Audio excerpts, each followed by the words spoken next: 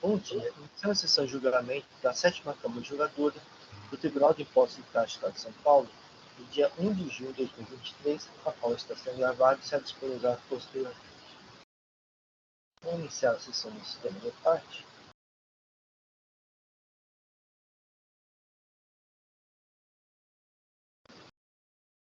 Temos 4 processos no dia de hoje. Iniciar os trabalhos com o processo de TAM Linhas Aéreas, SA, no recurso de ofício relatório do Paulo Macedo. No momento que eu vou fazer o registro da presença do patrão.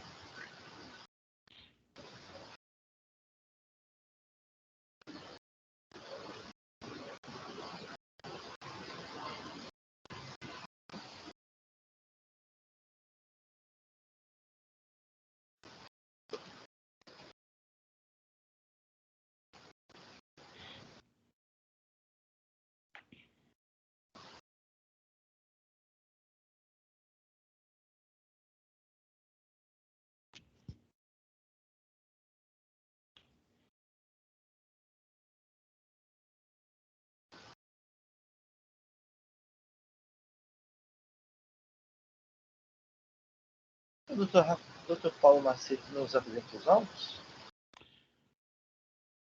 Ok, bom dia.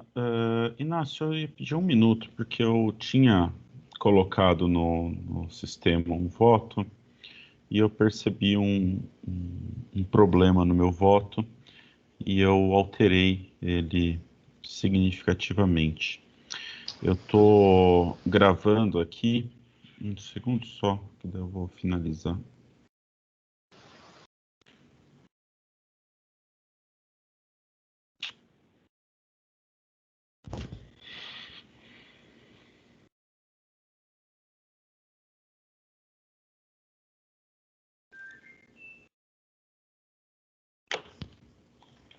Que eu registrei meu voto, vou fazer o relatório, que é o AIN, ele tem duas infrações, uma deixar de proceder ao estorno do crédito ICMS nos períodos descritos, decorrente da aquisição de querosene de aviação, utilizada na prestação de serviços aeroviários de passageiros e cargas, e cujos serviços tenham sido não tributados isentos, circunstância imprevisível à data de entrada da mercadoria, conforme se comprova pelas guias. E o outro seria deixar de escriturar nos períodos descritos documentos relativos à prestação de serviços de transporte aéreo de cargas não sujeitos ao pagamento do imposto. A autuada apresenta defesa, houve a manifestação fiscal. O julgador tributário converteu o feito em diligência ao auditor fiscal autuante, houve retorno pelo auditor fiscal. A representação fiscal emitiu parecer manifestando sobre a diligência. A autuada apresentou petição também manifestando sobre a diligência. A decisão de primeira instância julgou parcialmente procedente o AIN, interpondo recurso de ofício. A representação fiscal, em seu parecer, manifestou-se pelo não provimento do recurso de ofício. A autuada apresentou contrarrazões e os autos foram distribuídos à minha relatoria. Esse é o relatório, presidente. Todavia, eu ia pedir para o patrono que, se ele for fazer a sustentação oral, que eu não vou julgar o mérito do processo nesse momento. Eu vou converter em diligência a DTJ para ela sanear um fato que eu já vou explicar.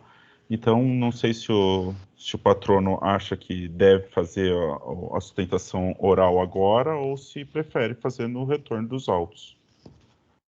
Bom dia a todos. Se eu fizer a sustentação agora, eu perco o direito de fazer novamente quando os autos retornarem? Sim, a sustentação oral é feita uma vez só. Então eu prefiro fazer quando do retorno dos autos. Sim. Então tá bom. Então eu vou passar para o meu voto. Analisando a peça de folhas 30, 162, 30, 168 da autuada, vislumbro que, apesar de ter sido protocolada como contrarrazões em recurso de ofício, há nessa peça argumentos sobre o item 2 do AIN. E ainda, segundo só, que chegou o elevador aqui no andar, a cachorra está maluca. sobre o item 2 do AIM, e ainda pedido de cancelamento integral do AIM. Ocorre que o recurso de ofício trata exclusivamente do item 1 do AIM. Assim, por trazer argumentos sobre o item 2, e pedido de cancelamento integral do AIM, a peça de folhas tais deve ser entendida como contrarrazões e recurso ordinário. Assim, propõe a conversão do julgamento em diligência DTJ para que realize a admissibilidade do recurso ordinário da autuada, abrindo prazo para as devidas contrarrazões da douta representação fiscal. Dessa forma, entendo que o processo estará saneado para o correto julgamento. Ante o exposto, voto pela conversão de julgamento em diligência a DTJ nos termos expostos acima. É assim que eu voto, presidente. Bem, só fazer um questionamento, doutor Paulo. Uhum. Os autos, só vou mencionar de novo. Estou vendo aqui. Tem uma folha, intimação via portal por decurso de prazo.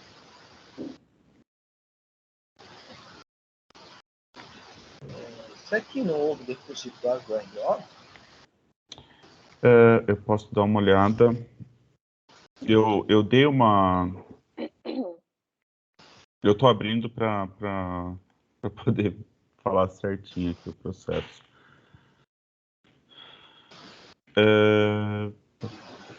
Aqui, teve a publicação nas páginas 30 a 158, que ele defere o processamento do recurso de ofício e fica autuado e intimado a apresentar no prazo de 30 dias contrarrazões ao recurso de ofício, querendo interpor o recurso cabível. Dessa publicação, o interessado foi intimado em 18/11/22, e o protocolo dele é da data de 8/12. Então, para o recurso ordinário, eu entendo que não teria decurso não estaria intempestivo.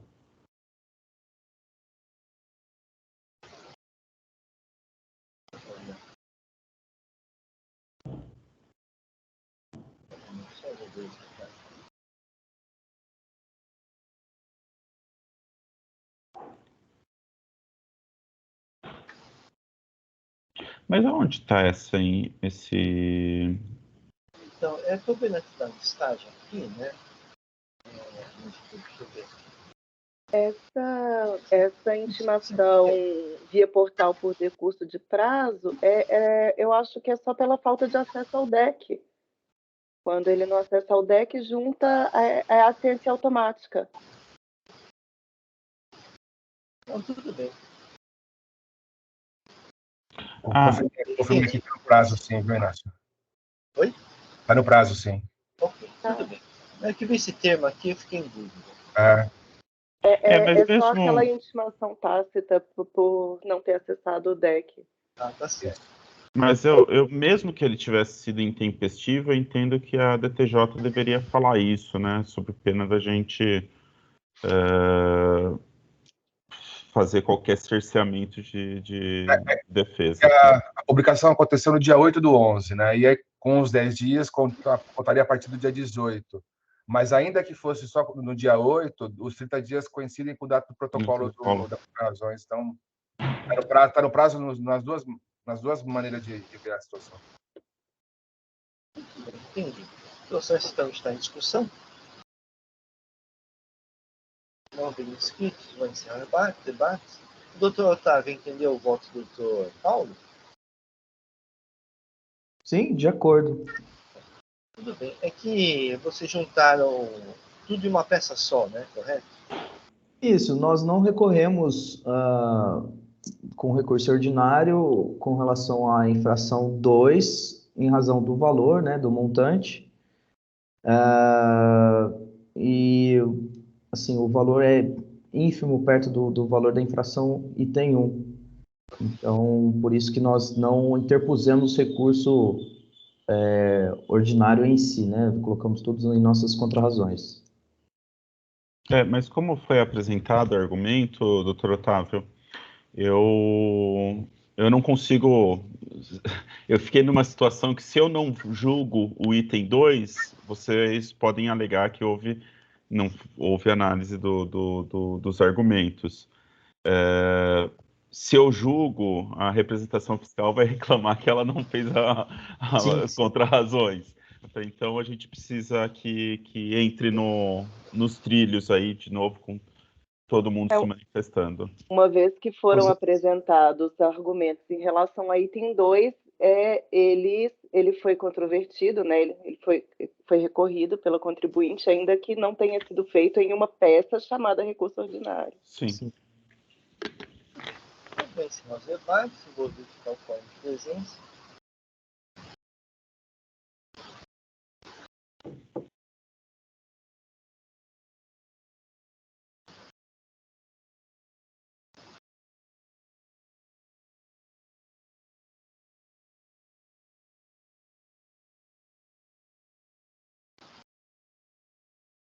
Vou iniciar a votação.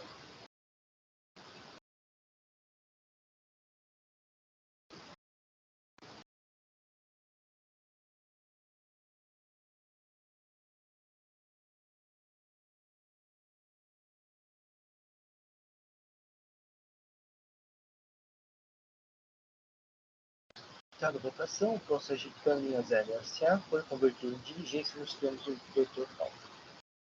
Agradeço, Dr. Otávio. Obrigado a todos, um bom dia de trabalho e uma boa sessão a vocês. Obrigado.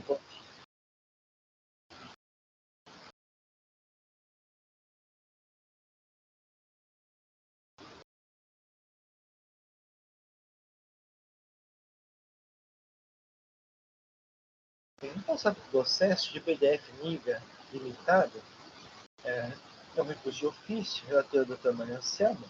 Eu solicitei vista em uma sessão anterior.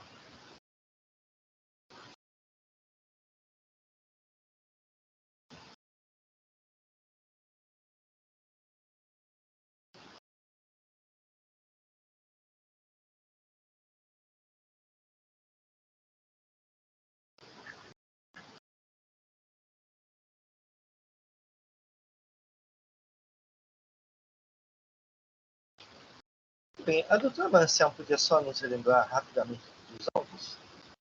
Então, bom dia, presidente, bom dia a todos. Eu acho que o voto seguinte só lê a ementa, né? A infração é por falta de pagamento de ICMS por substituição tributária, em razão de simulação de vendas internas, como se fossem interestaduais. O recurso de ofício foi conhecido e provido, aplicação da súmula 10 revisada, portanto, então, a decisão foi proferida parcialmente o recurso ordinário provido, somente para a súmula 10. Então, acho que é mais ou menos isso, presidente. Eu tirei vistas, porque um dia a sessão fiquei com algumas dúvidas. Doutor Gabriel, gostaria de falar alguma coisa? Sim, senhor presidente, peço só desculpas aqui. Só uma dúvida, doutora Maria Anselmo. Lembro que havia uma parcela da diligência que o próprio fiscal havia acatado, salvo melhor juízo, a senhora também havia concordado com a redução dessa parcela, havia até um recálculo, o fiscal fez um demonstrativo próprio, a questão das alíquotas. Deixa eu ver aqui no meu voto. Aqui face ao exposto, analiso os autos e considero que houve a correta aplicação das alíquotas de 18%, como já procedeu o agente fiscal de renda autuante de forma integral, conforme anexo 1, folhas 2.739 a 2.762, e o demonstrativo analítico conforme o anexo 5, de folhas 2.769 a 2.807, e ainda adicionando no quadro sintético os valores a serem cobrados, sumarizados por referência, corrigindo os valores originalmente apresentados na coluna valor original do tributo da quadra 1. Ao contrário do alegado pela contribuinte, autuada BDF nível, a correção não foi parcial, onde foi mantida a alíquota de 25%, somente nos itens os quais não estão enquadrados nas exceções legais. Portanto, totalmente correta a ação fiscal.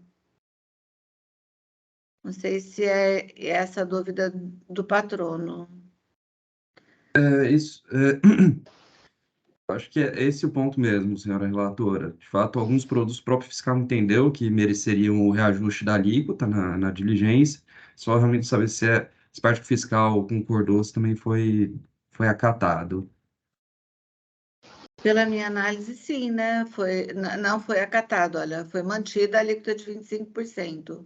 É que havia, só, desculpa aqui tomar o tempo dos senhores Não, julgadores, imagina, pode. que de fato havia foi feita a diligência, o fiscal ele acatou grande parte dos produtos que a recorrida havia apontado sua defesa, e alguns produtos ficaram ali, o fiscal ele não alterou a alíquota, os poucos produtos.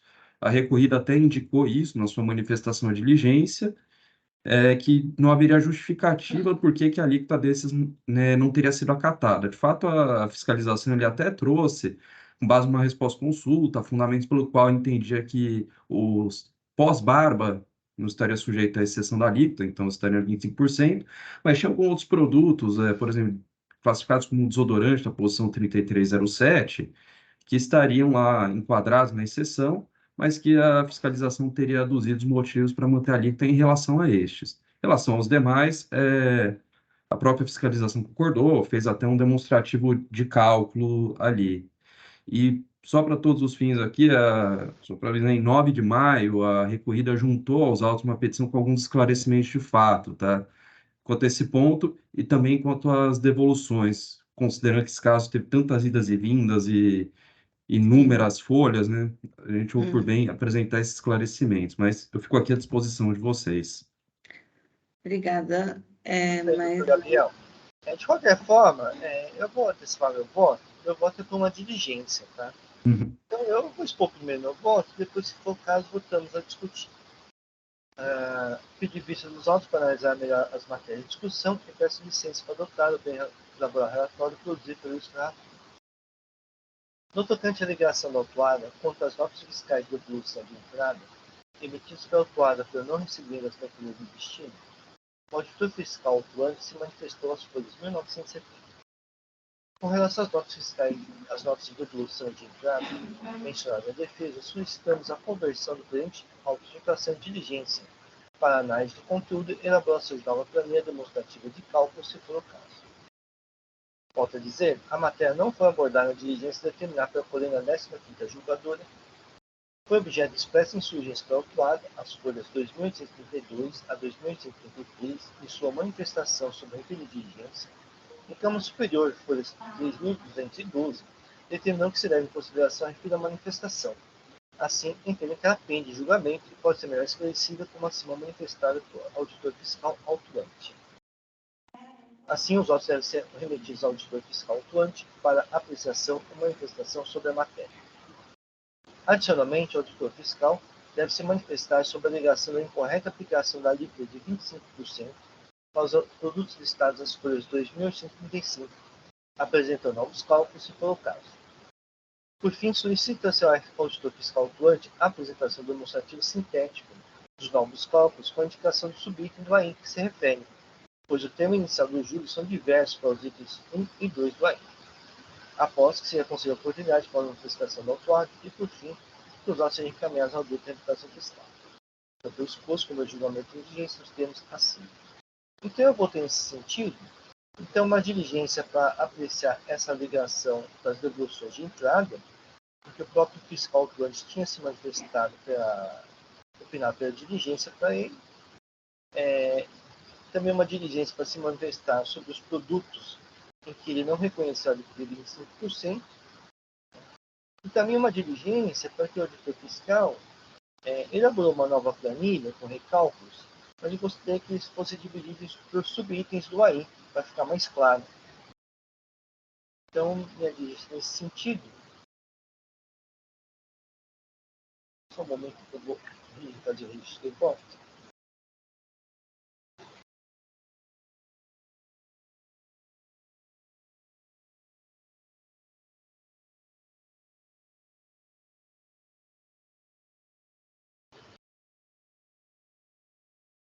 Muito bem, o processo está em discussão.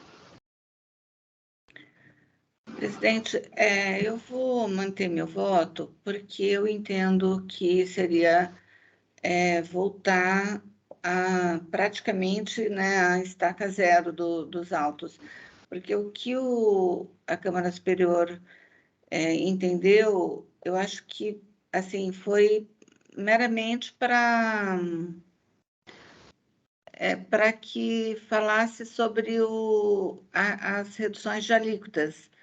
Quanto às mercadorias que foram devolvidas, retornando ao estoque da contribuinte, eu verifico que o fato não foi informada a fiscalização na época do cumprimento à ordem de serviço fiscal.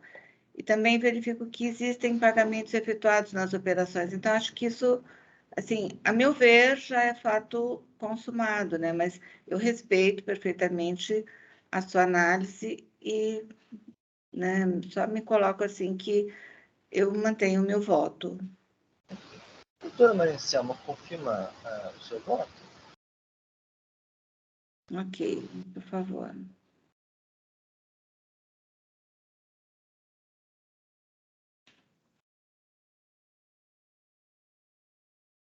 Também confirmado o voto da doutora Maria Selma, o processo ainda está em discussão. Não havendo inscritos, vai encerrar os debates. Por protocolo de presença.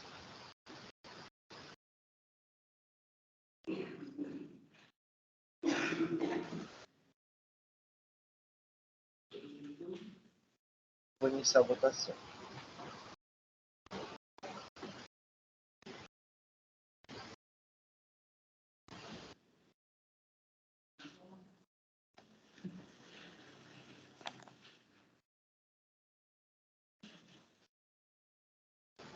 Iniciando a votação, por maioria dos votos, o processo vai ser convertido em diligência nos termos do meu voto. Agradeço ao doutor Gabriel. Obrigado, tenha um bom dia. Bom dia.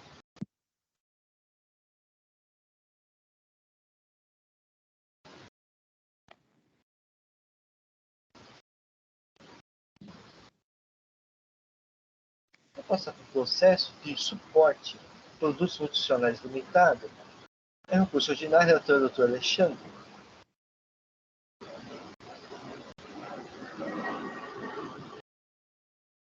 Tá bom.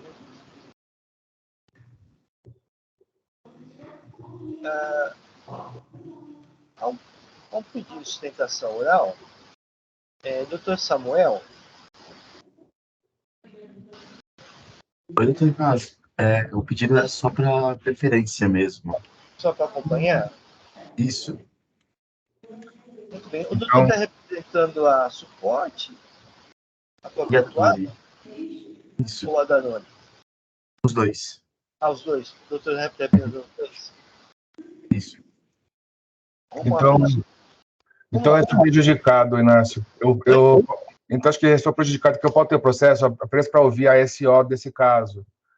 E aí eu apresentaria o voto na próxima sessão. Mas se é só para acompanhamento, não vai ser feita a SO, então eu pedi para devolver para a pauta e...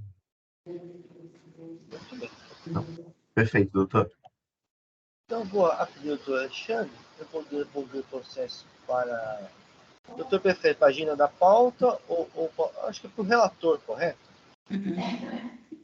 Então, vou devolver o processo ao relator, doutor Alexandre. Tá, obrigado.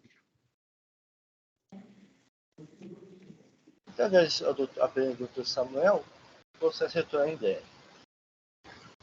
Obrigado, doutor Inácio. Obrigado, doutor Alexandre.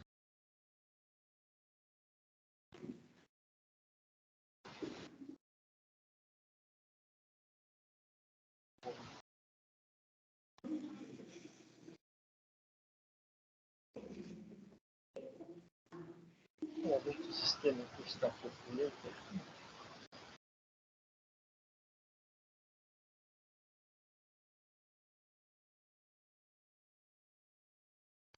Estou tentando devolver o processo para o relator, mas está vindo uma mensagem que a solicitação de sustentação pendente em registro não é possível iniciar os debates. É uma mensagem um pouco estranha do sistema.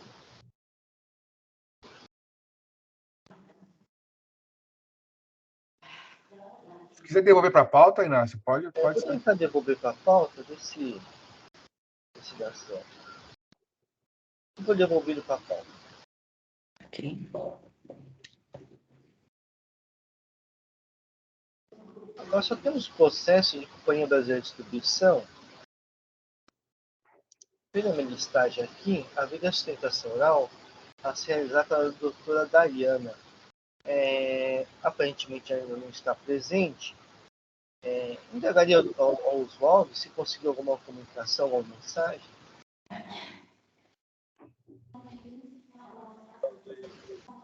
Eu entrei em contato, presidente. Ela encontra-se em reunião. Encontra-se em reunião.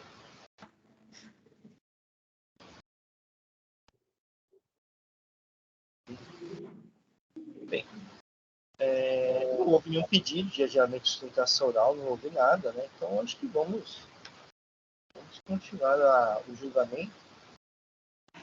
Vou passar para o processo de Companhia Brasileira de Distribuição, recurso ordinário, pela doutora Maria Anselma. Presidente, por favor, posso registrar o voto para que todos acompanhem? Sim, só um momento que eu vou registrar a ausência da patrona. Ok. E apesar dela ter solicitado sustentação oral, não houve nenhuma petição de adiamento, nem nada, né? Nada de justificar sua ausência. E nem também ela apresentou relatórios, né, para sustentação oral, pelo menos até onde eu analisei os autos.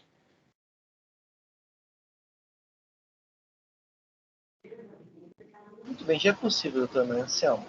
Ok, obrigada.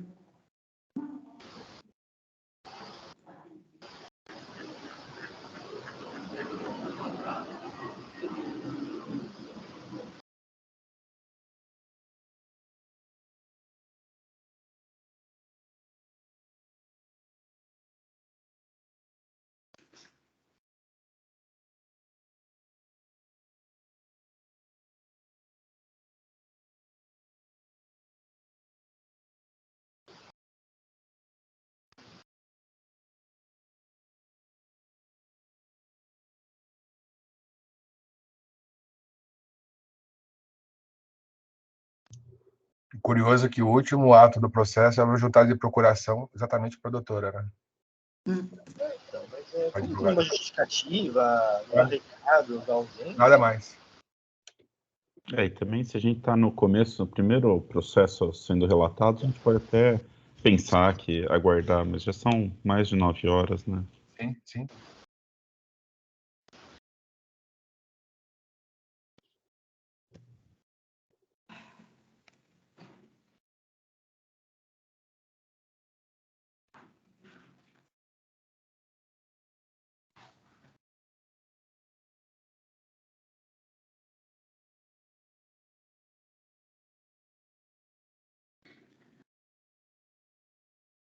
Ok, acho que já se encontra disponível, né, presidente? Então, vou passar a leitura do voto. São várias infrações.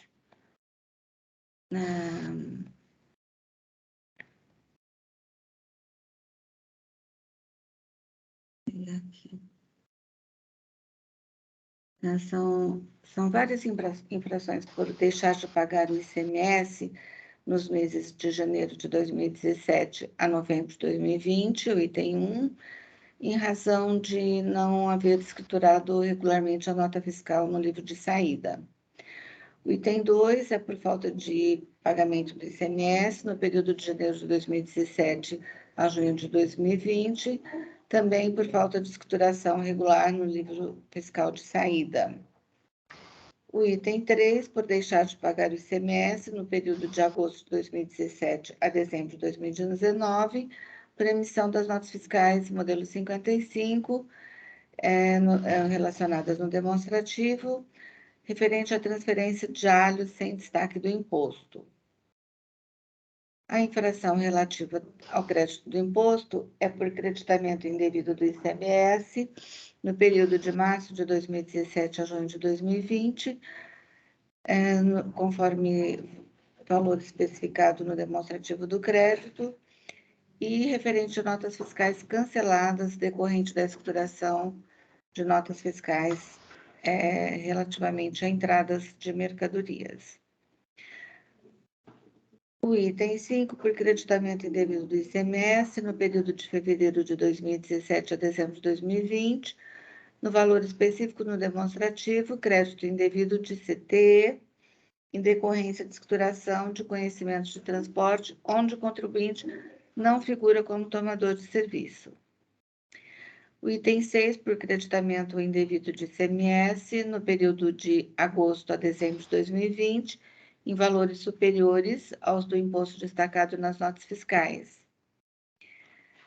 E também adquiridos da empresa DD Indi Comércio Alimentos Limitada, relativos à aquisição de mercadorias do fornecedor enquadrado no regime do Simples Nacional. Item 7, por creditamento indevido, no período de janeiro de 2017 a dezembro de 2019, devido a operações de entradas de mercadorias sujeitas ao regime de substituição tributária, relacionadas ao demonstrativo do crédito indevido, entradas de mercadorias sujeitas à substituição tributária, onde o contribuinte figura como substituto, conforme se demonstra pelas cópias dos documentos juntados.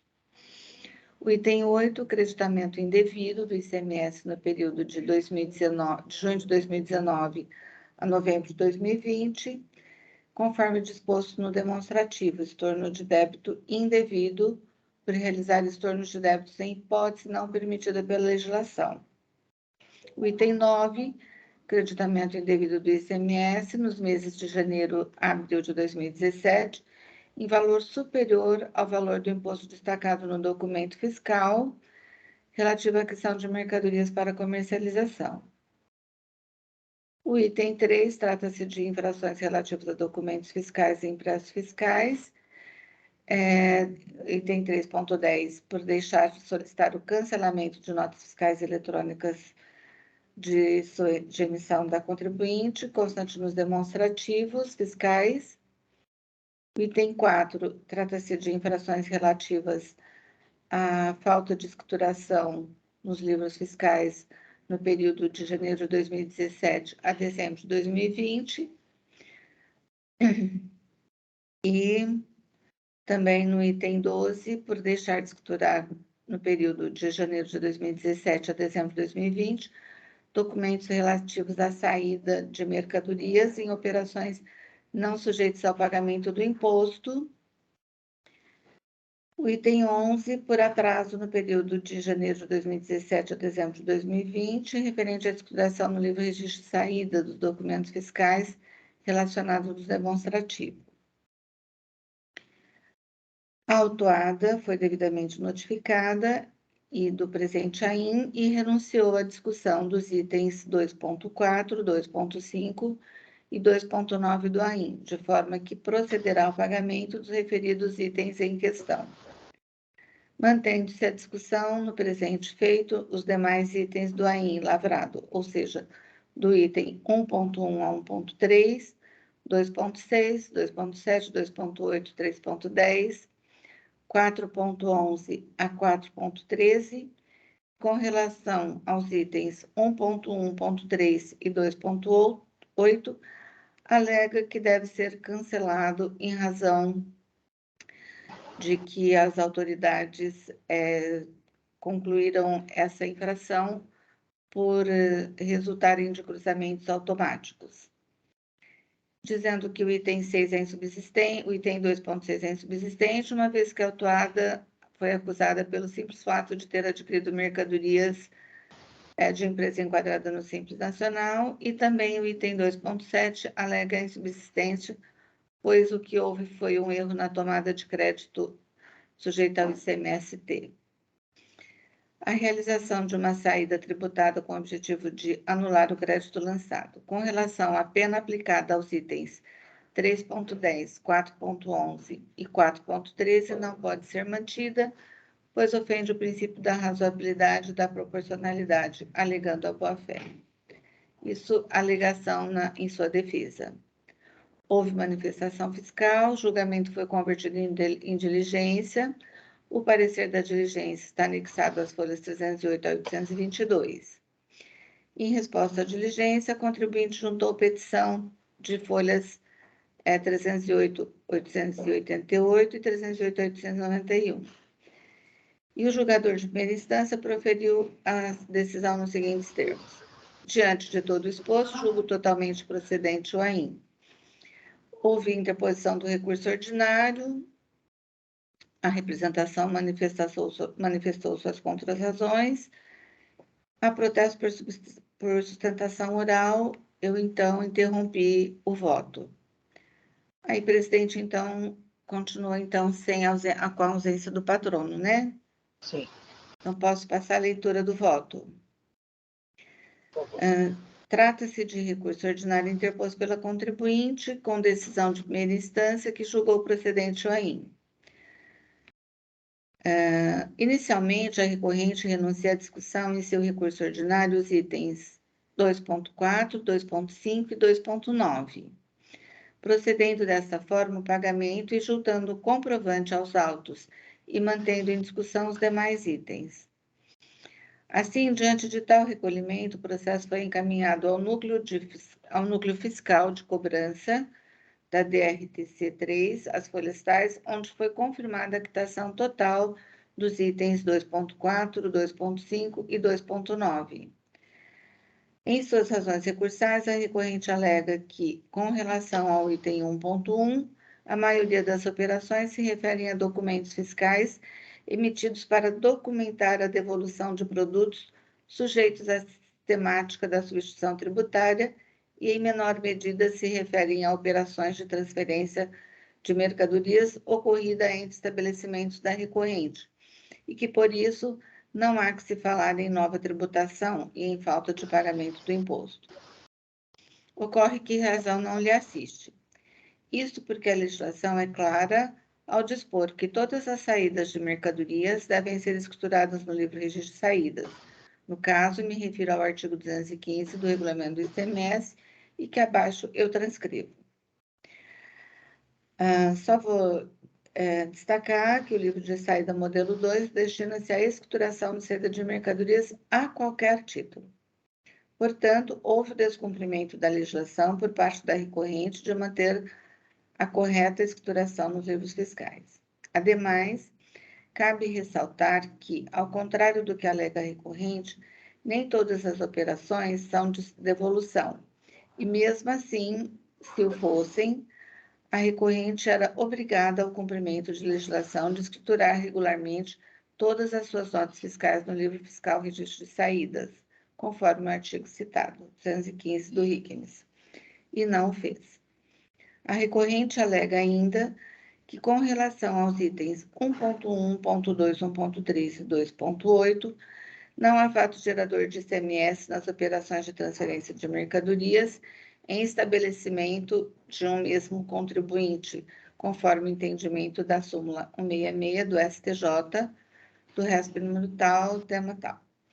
Muito embora tal tema já tenha definição após a decisão do Supremo Tribunal Federal, o qual declarou a inconstitucionalidade do dispositivo da Lei Candir, Lei Complementar 87/96, que possibilitava a que possibilitava a cobrança do ICMS na transferência de mercadorias entre estabelecimentos da mesma pessoa jurídica, tenho que considerar que tal entendimento terá eficácia somente a partir do exercício financeiro de 2024 e, ao meu entendimento, a sua não aplicação no contencioso administrativo será um desgaste financeiro desnecessário ao Estado.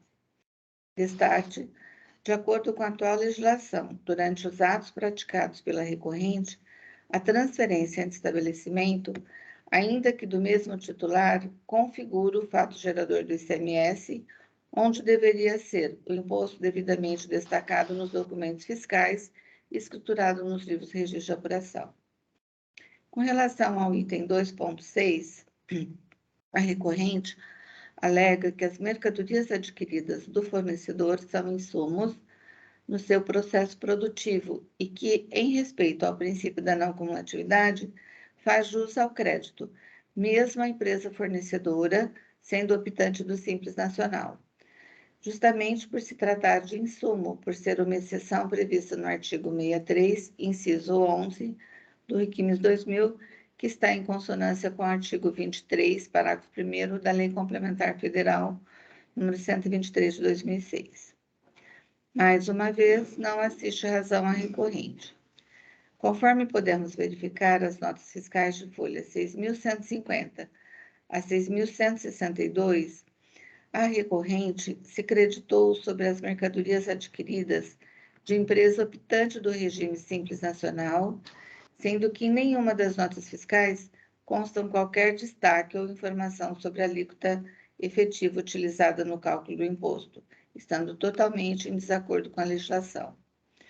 O artigo 23 da Lei Complementar 123 de 2006 veda de forma geral o crédito e transferência de crédito de ICMS sobre as aquisições de microempresas e empresas de pequeno porte optantes pelo Simples Nacional. Porém, o parágrafo 1º do referido artigo estabeleceu uma exceção, mas estabeleceu regras a serem cumpridas conforme abaixo eu transcrevo. Então, vou direto ao destaque do parágrafo 2º, que diz: a alíquota aplicável ao cálculo do crédito de que trata o parágrafo 1º deste artigo deverá ser informado no documento fiscal e corresponderá ao percentual do ICMS previsto nos anexos 1 ou 2 da Lei Complementar, para a faixa de receita bruta a que a microempresa ou a empresa de pequeno porte estiver sujeita ao mês anterior da operação. Também eu destaco aqui o parágrafo 4º. Não se aplica o disposto nos parágrafos 1º e 3º deste artigo quando, inciso 2, a microempresa ou empresa de pequeno porte não informar a alíquota de que trata o parágrafo 2º deste artigo no documento fiscal.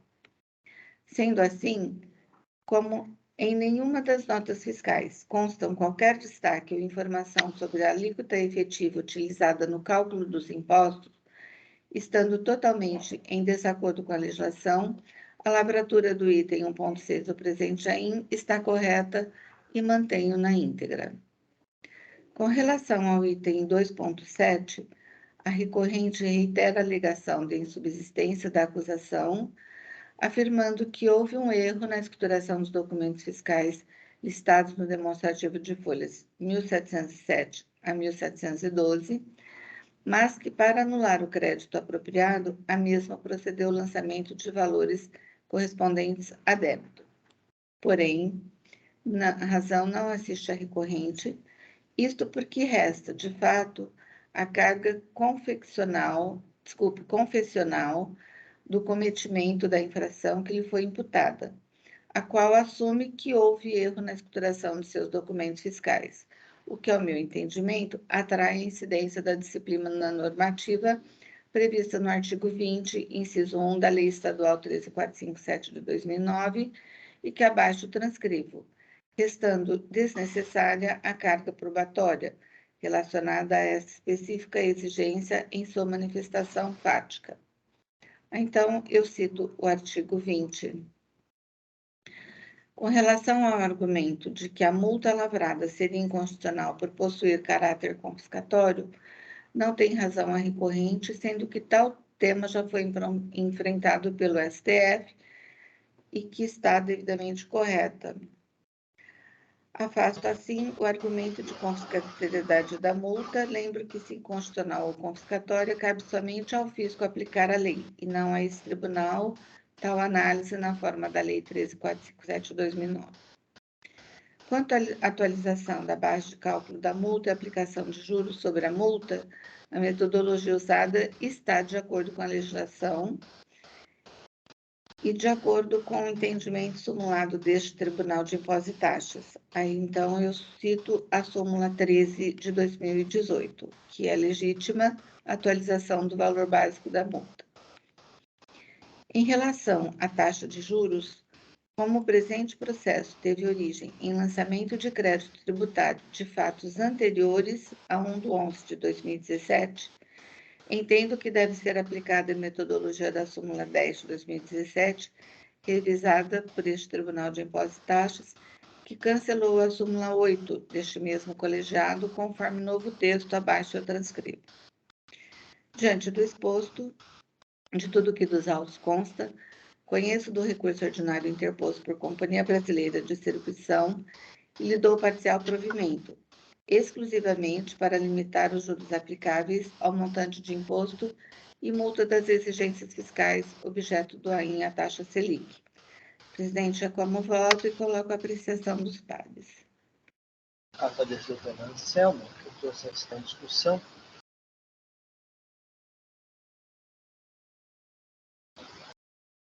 Vamos abrir o inscrito, vamos encerrar os debates.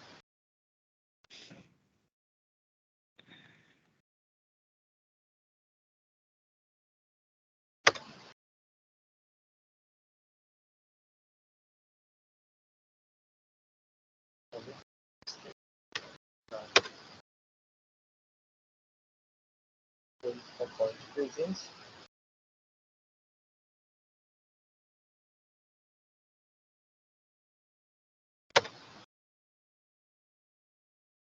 Vou iniciar a votação.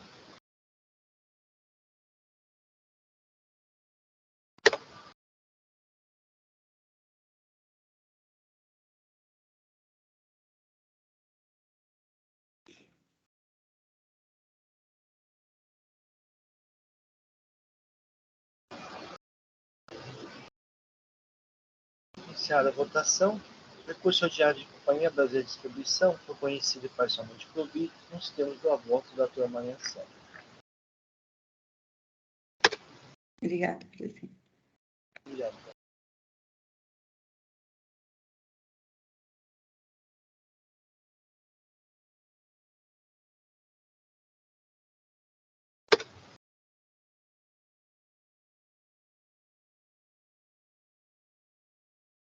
Muito bem, com isso encerramos os processos do dia de hoje.